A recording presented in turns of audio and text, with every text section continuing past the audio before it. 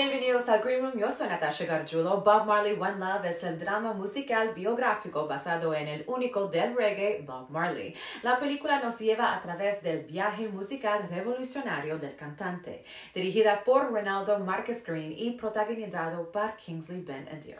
What's the responsibility and the pressure like to tell an authentic story about Bob Marley in just 2 hours? Yeah, you're trying to come close. Bob, held in such high regard.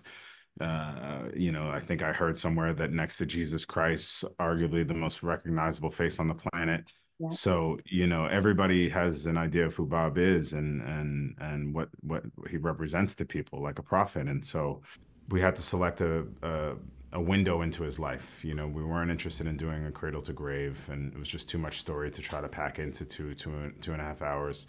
So we wanted to try to find a window that could humanize him. I think I just had to get my head around what my feeling is when it comes to playing real life characters, which is that it is about the essence of the person, not being an exact copy or trying to do a mimic.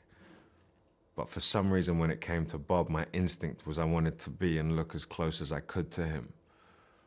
But I think it was just something to obsess with that I didn't really have that much control over. But if it was me looking in from outside, I would have been saying all the things that everyone else was saying to me. It's like, it doesn't matter about this and that. It's just about the essence. It's just about the essence. And Kingsley did an incredible job. He's like a chameleon. I forgot I was even watching an actor portray Bob Marley. That's how great he was. So tell me about finding him and having him portray Bob Marley and kind of what he's like as an actor. Yeah, I mean, he's an incredible talent, but I think, talent is one thing, but it's his work ethic.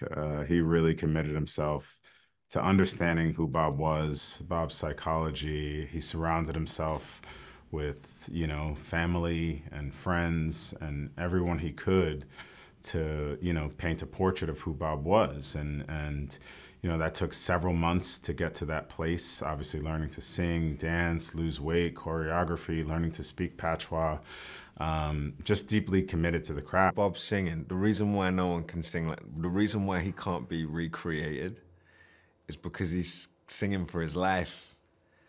Like, music is everything to him. This is my interpretation anyway, is that music and Bob, he's singing from his soul and his gut. He's given everything. There was no half concert. There was no half-hearted night.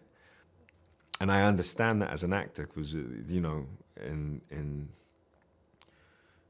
playing the meaning, like trying to articulate something in a scene, that's what he's doing with his music. So why is now the right time to bring this story to life?